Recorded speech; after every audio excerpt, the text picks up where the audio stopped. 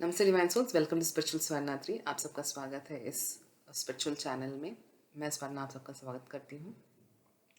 मैं एक energy based healer हूँ। मैं हीलिंग बहुत 8-10 साल से मैं प्रैक्टिस कर रही हूँ और इसके साथ मैं इनर वर्क भी सिखाती हूँ जो ट्विन फ्लेम्स के लिए है। और इसके साथ जो भी नए सब्सक्राइबर्स हैं, thank you for subscribing. And जो भी रिटर्निंग सब्सक्राइबर्स हैं, आप सबका भी थैंक यू। एंड जो भी क्वेश्चंस हैं, आप मुझे ईमेल कर सकते हैं या कमेंट सेक्शन में अपने क्वेश्चंस डाल सकते हैं। बहुत सारे टॉपिक्स हैं जिसमें आपने रिक्वेस्ट की है वीडियोस, जिसके बारे में मैं आगे बनाती रहूँगी। तो आप ज़रूर वॉच कीजिएगा और आपको लगता है कि किसी को मदद करने वाला है तो आप ज़रूर शेयर कीजिएगा। मेरा जो कॉन्टैक्ट है आपको डिस्क्रिप्शन बॉक्स में मिलेगा, acuswarna@gmail.com। तो आप इसमें जाके मेल कर सकते हैं, मैं आपको रेस्पॉन्ड करूँगी। अब आज की वीडियो पे आते हैं जो बहुत ही रिक्वेस्टेड है और जो करंट एनर्जी भी है, जो एक्चुअली लोग सेंस कर पाते हैं, वो है नंबर 47। ये 47 नंबर क्या है और क्यों इतने बार हमें दिखाई देता है, एंड ये यूनिवर्स हमें क्या बता रहा है इससे, ये सब आपको इस वीडियो में पता चलेगा।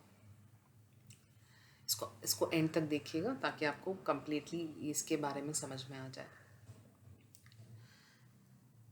पहले इस वीडियो के जाने से पहले मैं पार्थ सारथी सर जो हैं, जिनका एक यूट्यूब चैनल है, उन्हीं के नाम पे है, उनको मैं बहुत ग्रैटिट्यूड देती हूँ क्योंकि उनका बहुत कंट्रीब्यूशन है मेरी लाइफ में। जब मैं अवेकनिंग की प्रोसेस में जा रही थी तो उनके वीडियोस ने मुझे बहुत मदद की। उनका जो विजडम है, totally different level of awakening है सर की। तो I am very thankful to Partha sir for helping me in my consciousness journey. And उनका जो यूट्यूब चैनल है उसका मैं डिस्क्रिप्शन बॉक्स में डालूँगी। तो अगर आपको उसके बारे में, उनके उनके वीडियोस के बारे में जानना है तो आप वहाँ जाके उनको भी सब्सक्राइब करके उनके भी वीडियोस देखें ताकि आपको मदद मिले। इसके साथ एक और डिवाइन बीइंग है, लाइट बेरर है, एंजल शक्ति अथीना। इनको हम एंजल सिस्टर बुलाते हैं। एंड बहुत ही डिवाइन बीइंग है। एंड इनका भी यूट्यूब चैनल है, बहुत अच्छे वीडियोस बने हैं उनके भी चैनल में, आप उनको भी देख सकते हैं अपनी नॉलेज एंड विजडम बढ़ाने के लिए। इसका भी आपको डिस्क्रिप्शन में लिंक मिल जाएगा। अभी ये जो लाइट वर्कर्स हैं, जो पार्था सर हैं, जो एंजल सिस्टर हैं, इन्होंने इस 47 नंबर के बारे में पहले डिकोड किया था approximately 1.5 to 2 years back I think. जब उन्होंने इस पे वीडियोस बनाए थे, उनको ये नंबर बहुत बार दिख रहा था एंड उन्होंने डिकोड किया और उन्होंने बहुत सारे वीडियोस बनाए हैं जो उनके यूट्यूब चैनल में है। तो आप उनको भी देख लीजिएगा जब आपको आप सब्सक्राइब कर लें जाए। तो I am really thankful to Partha sir and angel sister for all the contribution जो भी उन्होंने मुझे सपोर्ट दिया, जो भी मुझे डाउट्स थे या कुछ थे, तो हम used to discuss a lot on many spiritual things. And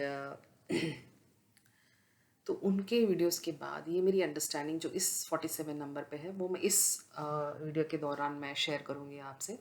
तो 47 नंबर का जो लिंक है वो हमारे astrological planets Rahu and Ketu से जुड़ता है।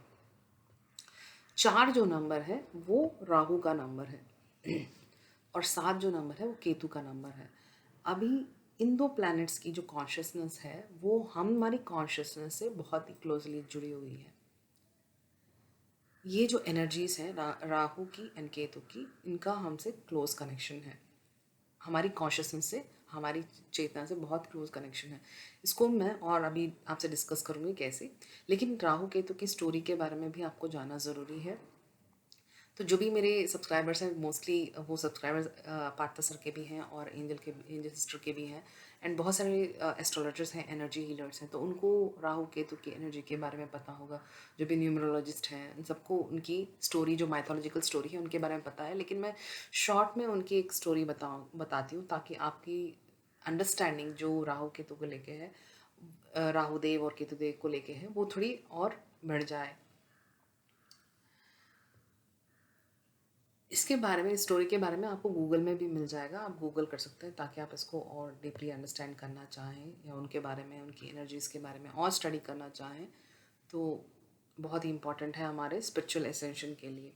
तो ये वीडियो क्लोजली 47 नंबर के बारे में with reference to twin flames and with reference to spiritual ascension आपको समझने को मिलेगा। अभी मैं शॉर्ट स्टोरी बताती हूँ जो राहु एंड केतु के बारे में है। तो जब समुद्र मंथन चल रहा था, समुद्र मंथन जब चल रहा था, तो समुद्र मंथन से जब आखिरी जब अमृत निकला था, अमृत को पूरे पूरे जो भी देव देव थे उन सब में बांटा गया था। उस वक्त महाविष्णु ने मोहिनी का अवतार लेके इस अमृत को सारे देवों में बांटना शुरू कर दिया था। पहले देवों को दिया गया था और बाद में असुरों को मिलने का ऐसे प्लान था।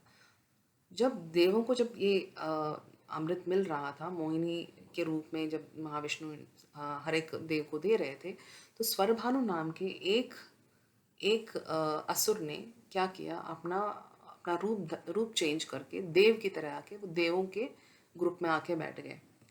और जब ये अमृत का जब ये क्या बोलते डिस्ट्रीब्यूशन हो रहा था, तब उस वक्त सन एंड मून मतलब सूर्यदेव और चंद्रदेव ने ये पता कर लिया कि ये स्वरभानु है जो एक्चुअली देवों का रूप लेके आके देवों के ग्रुप में बैठ गए हैं। तो जब तक ये बात मोहिनी अवतार जो महाविष्णु को पता चली, तब तक उन्होंने अमृत उनके मुंह में डाल दिया था, उनको पिला दिया था स्वरभानु को। तब क्या हुआ, जब महाविष्णु को ये पता चला, तो उन्होंने इमीडिएटली जैसे ही उनके मुंह से टच हुआ अमृत, तो उन्होंने उस अपने सुदर्शन के चक्र से उनका गला काट दिया। तो क्या हुआ कि स्वरभानु का 2 हिस्सों में डिवाइड हो गया, एक तो सर, एक और जो लोअर बॉडी है। तो जो अपर बॉडी है वो राहु की एनर्जी है और जो लोअर बॉडी है वो केतु देव की एनर्जी हो गई। बिकॉज ये अमृत उनके मुंह में चले गया था, तो उनका अंत नहीं हुआ।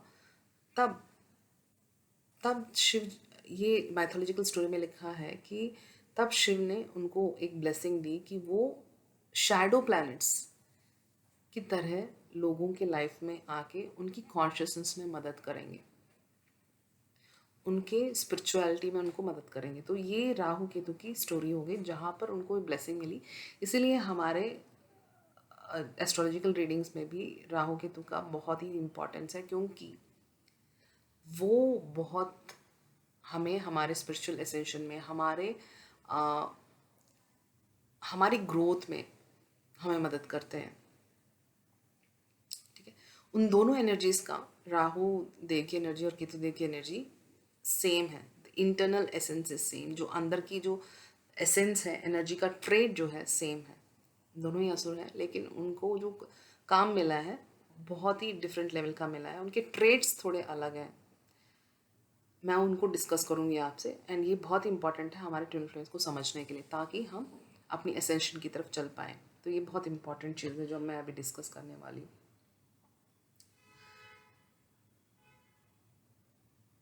जो राहु की एनर्जी है वो हमेशा सेल्फ सेंटर्ड है, मतलब कि उसको अपने सिवा कुछ और नज़र नहीं आता। खुद की एनर्जी में पूरी की पूरी अपने डिज़ायर्स, अपनी जो उनकी जो सोच है उसमें पूरी की पूरी डूबी हुई है।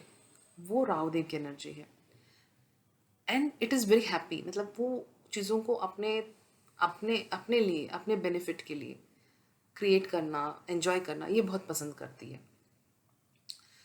जो केतु की एनर्जी है वो सेल्फ क्रिटिक है, मतलब कि वो अपने आप को क्रिटिसाइज करती रहती है, अपने आप पे दुख लेती रहती है कि केतु एनर्जी थिंक करती है कि अरे मैं कहाँ फंस गए, अब यहाँ से मुझे बाहर जाना है, मुझे रास्ता नहीं नज़र आ रहा, मैं गलत हूँ क्या। इन चीज़ों में सेल्फ क्रिटिसिज्म ज़्यादा रहता है, ठीक है, पेन ज़्यादा रहता है, सफरिंग ज़्यादा रहती है केतु की एनर्जी में। जो राहु की एनर्जी है वो ज़्यादातर दिमाग से सोचती है कि मेरे को बेनिफिट मिलेगा कि नहीं, ये मैं कर रहा हूँ तो मुझे इससे कैसे मैं आगे बेनिफिट ले सकता हूँ। तो ये बहुत मेटीरियलिस्टिकली दिमाग से सोचता है, कैलकुलेटिव है, बहुत कैलकुलेटिव एनर्जी है राहु देव की। केतु एनर्जी जो है वो ज़्यादा इमोशंस पे जाता है, वो ज़्यादा अपने दिल से सोचता है, दिल से एनर्जी आती है कि फीलिंग्स में, इमोशंस में ज़्यादा फोकस रहता है। राहु देव की एनर्जी बहुत ही मटेरियलिस्टिक है, बाहर की दुनिया में पूरी बिजी रहती है, हमेशा जो ध्यान है बाहर से जुड़ा रहता है। लेकिन केतु देव की एनर्जी के अंदर सेल्फ सर्च रहती है, अंदर अंदर अंदर चले जाते हैं लोग, सोचते हैं कि मुझे इसमें कैसे इम्प्रूव करना है, यहाँ से मैं आगे कैसे जाऊँ। ये सेल्फ सर्च वाली क्वेश्चनिंग थिंकिंग केतु देव की एनर्जी में बहुत ज़्यादा होती है। चीज़ों को परख परख के एक्सपीरियंस करना, क्योंकि जो हमारे जो फाइव सेंसेस हैं, जो आँख है, नाक है, जो ज़ुबान है, कान है, जो फीलिंग की सेंसेस है, जो राहु देव में बहुत स्ट्रांग है, क्योंकि उनका उनका जो है सर का पार्ट है, तो वो सब चीज़ों को इस फाइव सेंसेस से परसीव करती है, देखती है, अनुभव करती है चीज़ों को। लेकिन बिकॉज केतु का जो है दड़ वाला पार्ट है, वो उन फाइव एलिमेंट्स को लेके परसीव नहीं कर सकती, क्योंकि उसके पास वो ऑर्गन्स नहीं है। तो वो क्या करती है, वो अंदर की आंतरूनी मन से जो उसको परसीव होता है, जो उसको समझ में आता है, जो उसके इनर नोइंग में रहता है, उस पे बेसिस पे वो रिएक्ट या आगे बढ़ती है, जो मोस्टली इनर वर्क के कारण हमारा एक्टिव हो जाता है। जो केतु होता है तो इट नोस कि हाँ जो कर रहा है कि गलत है कि नहीं सही कि। राहु देव की एनर्जी डिज़ायर्स पे डिज़ायर्स मटेरियल लाइफ में फंसी रहती है, एक के बाद एक डिज़ायर्स रहती है। लेकिन केतु देव की एनर्जी बोलती है कि बस अब हो गया, मुझे स्पिरिचुअल क्लोजर चाहिए, मैं अपने स्पिरिचुअल क्लोजर करके मैं यहाँ से निकलना चाहता हूँ। ठीक है। राहु देव की एनर्जी बिकॉज ये एक्सटर्नल है, आगे आगे की जो मतलब वर्ल्ड की मटेरियल वर्ल्ड की एनर्जी पे ही ये फोकस्ड रहती है। तो इसकी एनर्जी यूनियन के बारे में नहीं जानती है। ये बिजी है, ये बच्चे की तरह बिजी है।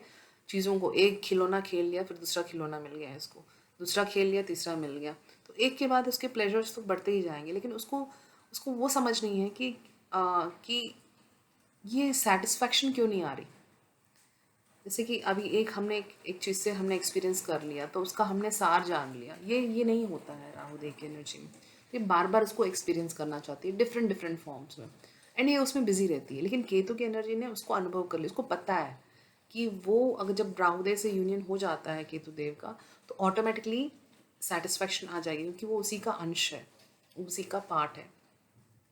तो जब ये उससे मिल जाएगा, केतु देव की एनर्जी राहु देव की एनर्जी से मिल जाएगी, तब उसको वो सेटिस्फैक्शन मिल जाएगी, जिसके कारण उसको स्पिरिचुअल क्लोजर मिल जाएगा।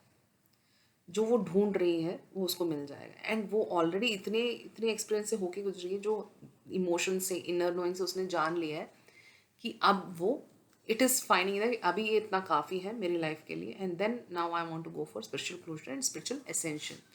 तो फोकस वहाँ पर रहता है। तो बेसिकली हमने जान लिया कि राहु की एनर्जी कैसे काम करती है एंड केतु देव की एनर्जी कैसे काम करती है। ये दोनों एनर्जीज हमारे में प्रेजेंट है, हमें प्रेजेंट है। जो राहु देव की एनर्जी है वो मैस्कुलिन एनर्जी है, जो केतु देव की एनर्जी है वो फेमिनाइन एनर्जी है। ये राहु देव की एनर्जी और फेमिनाइन एनर्जी दोनों हम में एग्जिस्ट करती है, यिन और यांग के रूप में। जो राहु देव की एनर्जी है वो यांग एनर्जी है, और जो केतु देव की एनर्जी है वो यिन एनर्जी है। ये दोनों एग्जिस्ट करते हैं, लेकिन इम्बैलेंस्ड वे में ना। आप अगर देखेंगे, मोस्ट ऑफ द मैस्कुलिन्स जो काउंसलिंग के पास आए या फिर जिनकी मैंने स्टोरी सुनी और जो भी मेरे एक्सपीरियंस में है, उसमें उसमें मैंने देखा है कि जो most of the masculine energy में वाइब्रेट करते हैं वो राहु देव की एनर्जी में वाइब्रेट करते हैं। वो बाहर ढूंढते हैं चीज़ों को, बाहर से वो एक्सपीरियंस से वो सेटिस्फैक्शन, वो कंप्लीशन ढूंढना चाहते हैं। लेकिन केतु देव की एनर्जी में क्या होता है कि जो फेमिनाइन एनर्जी है वो ज़्यादातर क्लास में बैठ के अपनी एनर्जी को मनन चिंतन में, मेडिटेशन में, ध्यान में, स्पिरिचुअलिटी के थिंग्स में अपने आप को ढूंढती है। दोनों ही इनकम्प्लीट है, राहु देव भी इनकम्प्लीट है केतु के बिना, केतु देव भी इनकम्प्लीट है राहु देव के बिना। तो ये दो एनर्जीज इनकम्प्लीट है। अभी इन दोनों का जुड़ने से ही एसेंशन होगी, जुड़ेगा तभी जब देयर इज़ अ बैलेंस। दोनों की एनर्जीज में जब बैलेंस आ जाएगा तभी वो जुड़ेंगी। तो अब जब यूनिवर्स ये सिग्नल दिखाता है, बार बार ये नंबर्स आपके सामने डिस्प्ले होते हैं, तो जैसे रिपीटेड नंबर्स आपको टाइम में नज़र आ जाए, या फिर आपके किसी के मोबाइल नंबर्स में, किसी के व्हीकल नंबर्स में, कहीं पर यूनिवर्स ने किसी होर्डिंग्स में नंबर दिखा दिया, या कोई बार बार आपका 47 में बिल्स में 47 आ रहा है, तो ये सब बताता है कि आपको अपने इंटरनल यूनियन पे फोकस करना है पहले। देखिए, मैं हमेशा बताती हूँ कि जो आप अंदर से हो वही आपकी बाहर की दुनिया में डिस्प्ले होगा। अगर आप अंदर से इम्बैलेंस हो, बाहर भी आपको इम्बैलेंस नज़र आएगा। अगर आप ट्विन फ्लेम जर्नी में हो और आपको लगता है कि गलती सब सिर्फ फेमिनाइन की है या फिर गलती सिर्फ हमेशा मैस्कुलिन की है, तो ये गलत है, क्योंकि ये आपके जो इंटरनल इम्बैलेंस है वो आपकी ऑपोजिट एनर्जी में दिख रहा है।